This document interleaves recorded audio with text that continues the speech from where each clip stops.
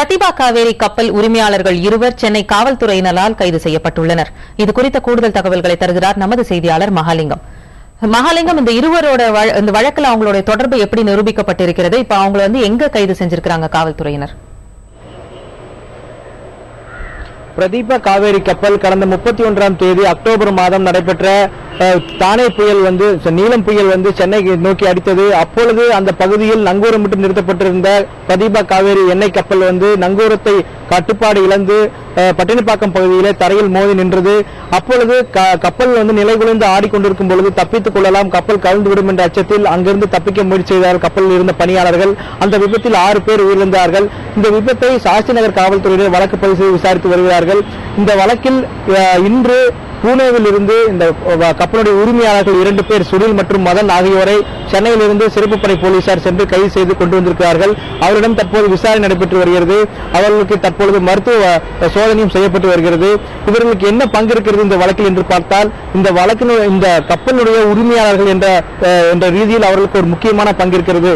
ஏனென்றால் இந்த கப்பல் நீலம் புயல் தாக்குவதற்கு முன்பாக இருந்து 1 மாதம் காலமாக நடுக்கடலில் தத்தளித்துக் கொண்டிருந்தது. அந்த கப்பல் பணியாளர்களுக்கு சம்பளம் சரியான நேரத்தில் கொடுக்கப்படவில்லை. பல மாதங்களாக சம்பளம் நிலுவை இருக்கிறது. அவருக்கு தேவையான உதவிகள் கொடுக்கப்படவில்லை. அதே போல இது போன்ற ஒரு கடுமையான புயல் சென்னை நோக்கி வீச இருக்கிறது. இதில் கப்பல் பாதிக்கப்படக்கூடும் என்று அந்த கப்பல் பணியாளர்கள் தகவல் கொடுத்த போதும் கூட இந்த கப்பல் உரிமையாளர்கள் என்ற ஒரு ரீதியில் இவர்கள் உதவி செய்யவில்லை. இப்படி பல்வேறு குற்றச்சாட்டுகள் இவர்கள் மீது இருக்கிறது. இதனால் தான் இந்த வழக்கு தற்போது அவர்களுக்கு எதிராக திரும்பி இருக்கிறது. இந்த வழக்கு சம்பந்தமாக ஏற்கனவே சென்னையில் இருக்கும் இந்த நிறுவனத்தினுடைய ஏஜென்ட்கள் இருவரை சென்னை போலீசார் கைது செய்தார்கள். அதுக்கு பிறகு இந்த உரிமையாளர்களை கைது செய்வதற்கான முயற்சியை மேற்கொண்டார்கள். ஆனால் உரிமையாளர்களை கைது செய்வதை தவிர்ப்பதற்காக அவர்கள் மும்பையில் இருக்கும் ஒரு நீதிமன்றத்தில் இந்த வழக்கு சம்பந்தமாக முன்ஜாமீன் பெற்றிருந்தார்கள். இதனால் இந்த வழக்கில் தொடர்ந்து அவர்களை கைது செய்ய முடியாத ஒரு சூழ்நிலை இருந்து வந்தது. இந்த சூழ்நிலையில் அவருடைய முன்ஜாமீன் நீட்டிக்கப்படாமல் இருப்பதை அறிந்து கொண்ட சென்னை போலீசார் நேரடியாக மும்பை சென்று அந்த கப்பல் உரிமையாளர்கள் இருவரையும் கைது செய்து கொண்டு வந்திருக்கிறார்கள். மேலும் இந்த சம்பவத்தில் இவர்களுக்கு என்ன பங்கு இருக்கிறது, இவர்கள் என்ன சொல்லியிருந்தார்கள், அந்த சம்பவத்தின் போது இவருடைய பதில் என்னவாக இருந்தது, அந்த ஊழியர்களுக்கு என்ன பதில் கொடுத்தார்கள் என்பதை அவர்கள் வாக்குமூலமாக காவல்துறையினர் பதிவு செய்திருக்கிறார்கள்.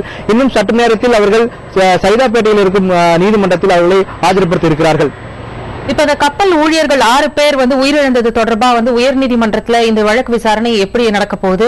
அதாவது இப்ப இதை பாத்தீங்கன்னா மகாலிங்கம், இது மத்த வழக்குகள்ல இருந்து சற்றே மாறுபட்டது அப்படின்னு சொல்லலாம். அதாவது ஊழியர்களுக்கு உதவாத உரிமையாளர்கள் அப்படின்னு பார்க்கும்போது இது சற்று மாறுபட்ட வழக்கு. இந்த வழக்கின் போக்கு பொதுவா எப்படி இருக்கும்?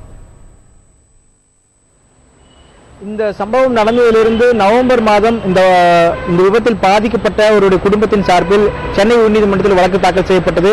வழக்கு தாக்கல் செய்யப்பட்ட அடுத்து சென்னை உயர்நீதிமன்றம் இந்த பாதிக்கப்பட்டவர்களுக்கு உடனடியாக நிவாரணம் வழங்க வேண்டும் என்று சொன்னார்கள்.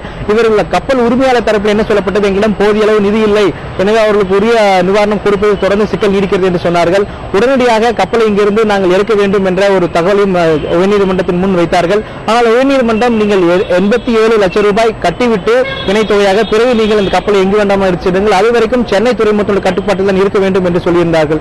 ஏனென்றால் இந்த கப்பல் நடுக்கடலில் தத்தளித்துக் கொண்டிருந்த போது அந்த கப்பலோட உரிமையாளரும் அவருக்கு உதவி செய்யவில்லை, இந்த கப்பலுடைய ஏஜென்ட்களும் அந்த கப்பல் பணியாளர்களுக்கு எந்த உதவியும் செய்யவில்லை. அதே போல சென்னை துறைமுகத்தில் இருந்துதான் ஒரு சிறிது உதவி அவருக்கு கிடைத்தது. என்னவென்றால் அவர்களுக்கு உணவு மற்றும் தண்ணீர் ஆகியவை அங்கிருந்தான் சென்று கொண்டிருந்தது. அதற்கும் அவர்கள் எங்கு தொகை வசூலிப்பது என்ற ஒரு கேள்வியும் இருந்தது. இப்படி இக்கட்டான சூழ்நிலையில் இந்த விபத்து நடந்திருக்கிறது. அனைத்து துறைகளும் சேர்ந்து இந்த கப்பலை புயலில் சிக்க வைத்து இப்பொழுது உயிரை பலியாக இருக்கிறது. அனைவரும் பொறுப்பாவார்கள் என்று நீதிமன்றம் சொல்லியிருந்தது. அதே போல இந்த கப்பல்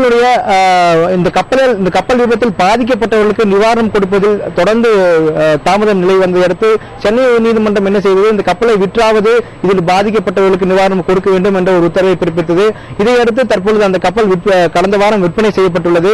வெளிநாட்டை சார்ந்த ஒரு தனியார் கப்பல் நிறுவனத்திற்கு இந்த கப்பல் தற்போது விற்கப்பட்டு சென்னையிலிருந்து எடுத்து செல்லப்பட்டு விட்டது. இந்த சூழ்நிலையில் தான் இந்த உரிமையாளர் இருவரையும் சென்னை போலீசார் கைது செய்திருக்கிறார்கள். தொடர்ந்து அவரிடம் விசாரணை மேற்கொண்டு வருகிறார்கள். குறிப்பாக இந்த சென்னை உயர்நீதிமன்றத்தின் தலையீட்டுக்கு பிறகும் கூட இந்த கப்பல் உரிமையாளர்களை கைது செய்வது தொடர்ந்து தாமதமாகிக் கொண்டே வந்தது. இது ஒரு மிகப்பெரிய சர்ச்சைக்குள்ளான விஷயம் என்றே சொல்ல வேண்டும். ஏனென்றால் ஏன் அவர் உரிமையாளர்கள் கைது செய்யப்படவில்லை என்ற ஒரு கேள்வியும் இருந்தது. அதே போல இந்த கப்பலிலிருந்து உயிரிழந்தவரில் நிரஞ்சன் என்ற மரக்காணத்தை சேர்ந்த நிரஞ்சன் என்பவரும் ஒருவர். அவருடைய குடும்பம் வெள்ளூர் மாவட்டத்தில் இருக்கக்கூடிய அவருடைய குடும்பம் தற்கொலை செய்து கொண்டார். வயதான பெற்றோர்கள் யாரும் எங்களுக்கு உதவவில்லை என்ற ஒரு பிரச்சனைக்கு பிறகு நிரஞ்சனுடைய பெற்றோர்களும் தற்கொலை செய்து கொண்டார்கள். அதற்கு பிறகு இந்த விவகாரம் மிகவும் ஒரு மோசமான விவகாரமாக பார்க்கப்பட்டது. ஏனென்றால் தற்கொலை செய்து, அதாவது இந்த விபத்தில் பாதிக்கப்பட்டவருடைய குடும்பம் தற்கொலை செய்து கொள்ளும் அளவுக்கு சென்று விட்டது. இது யாரும் அவளுக்கான எந்த பிரச்சனையும், அவளுக்கு எந்த உதவியும் கிடைக்கவில்லை, சட்ட உதவியும் கிடைக்கவில்லை, அவருக்கு நிவாரணமும் உரிய நேரத்தில் கிடைக்கவில்லை. இதற்கு பிறகுதான் இந்த விவகாரம் சூடுபிடித்திருக்கிறது. இந்த சூழ்நிலைதான் இந்த கப்பலுடைய உரிமையாளர்கள் தற்பொழுது கைது செய்யப்பட்டிருக்கிறார்கள். மகாலிங்கம், இப்ப நீங்க ஒரு சர்ச்சையை பத்தி சொன்னீங்க, அதே மாதிரி இன்னொரு சர்ச்சைகளும் எழுந்திருந்தன. இணையதளங்கள்லயும் செய்தித்தாள்கள்லயும் அது பத்தின விவரங்கள் வந்திருந்தன. அதாவது இந்த பிரதிபா காவேரி கப்பல் வந்து மும்பைக்கு செல்ல வேண்டிய கப்பல், ஆனால் அது பயணத்துல வந்து ஒரு திடீர் மாற்றம் செய்யப்பட்டு அது சென்னையில் இருந்ததா என்ற பதிலா பல்வேறு சர்ச்சைகள் இருந்தன. இப்ப இதை பற்றிய விவரங்கள்லாம் இந்த விசாரணையில் வெளிவருமா? நிச்சயமாக. ஏனென்றால் இந்த கப்பலுடைய நிலைமை என்னவாக இருந்தது, அதில் உரிய வசதிகள் செய்யப்பட்டிருந்தனவா, அது அதிகாரிகள் ஆய்வு மேற்கொண்டிருந்தார்களா, ஏன் அவர்கள் பல மாதங்களாக சம்பளம் கொடுக்காமல் பணியாளர்கள் நடுக்கடலில் தத்தளித்துக் கொண்டிருந்தார்கள், இதற்கெல்லாம் பல்வேறு கேள்விகள் எழுந்திருக்கின்றன. இதற்கு MMD என்று சொல்லப்படக்கூடிய கடல்சார் வாணிபத்துறை தான் இந்த விசாரணை முழுமையாக மேற்கொண்டிருக்கிறது.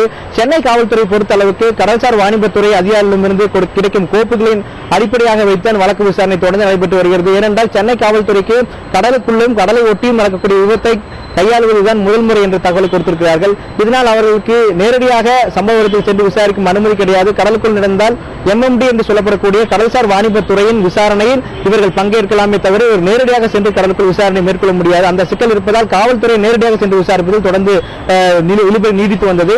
அதற்கு பிறகு MMD விசாரணைத்து அவருடைய தகவலின் அடிப்படையில் தான் காவல்துறை தொடர்ந்து விசாரணை மேற்கொண்டு வருகிறார்கள், கைதுகளை மேற்கொண்டு வருகிறார்கள். இந்த சூழ்நிலையில் இந்த கப்பல் அனாதையாக விட்டது யார், இவர்களுக்கு யார் உதவி செய்திருக்க வேண்டும், அந்த கப்பல் இங்கிருந்து மும்பை செல்வதற்கான வசதிகளோடு தான் இருந்ததா, இப்படி பல்வேறு கேள்விகள் எழுப்பப்பட்டன.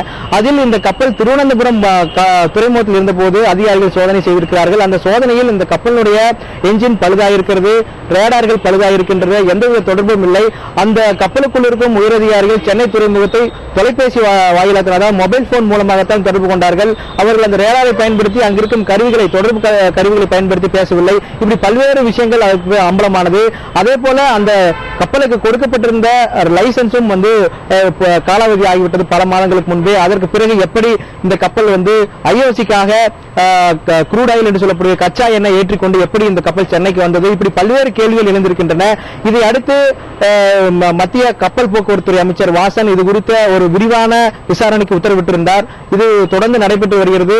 MMD என்று சொல்லப்படக்கூடிய கடல்சார் வாணிபத்துறையினர் இது குறித்து ஒரு முக்கியமான விசாரணையை மேற்கொண்டு வருகிறார்கள். இன்னும் அவர்கள் இதற்கான அறிக்கையை அமைச்சரிடம் இன்னும் தாக்கல் செய்யவில்லை. தாக்கல் செய்யப்பட்ட பிறகுதான் இந்த கப்பலோட நிலை எப்படி இருந்தது, இதில் எப்படி தொழிலாளர்கள் பாதிக்கப்பட்டார்கள், இதற்கான அனைத்து விளக்கங்களும் கிடைக்கும் என்ற நம்பிக்கையும் இருக்கிறது. பிரதிபா காவேரி பற்றிய உங்களுடைய விவரங்களுக்கு நன்றி மகாலிங்கம்.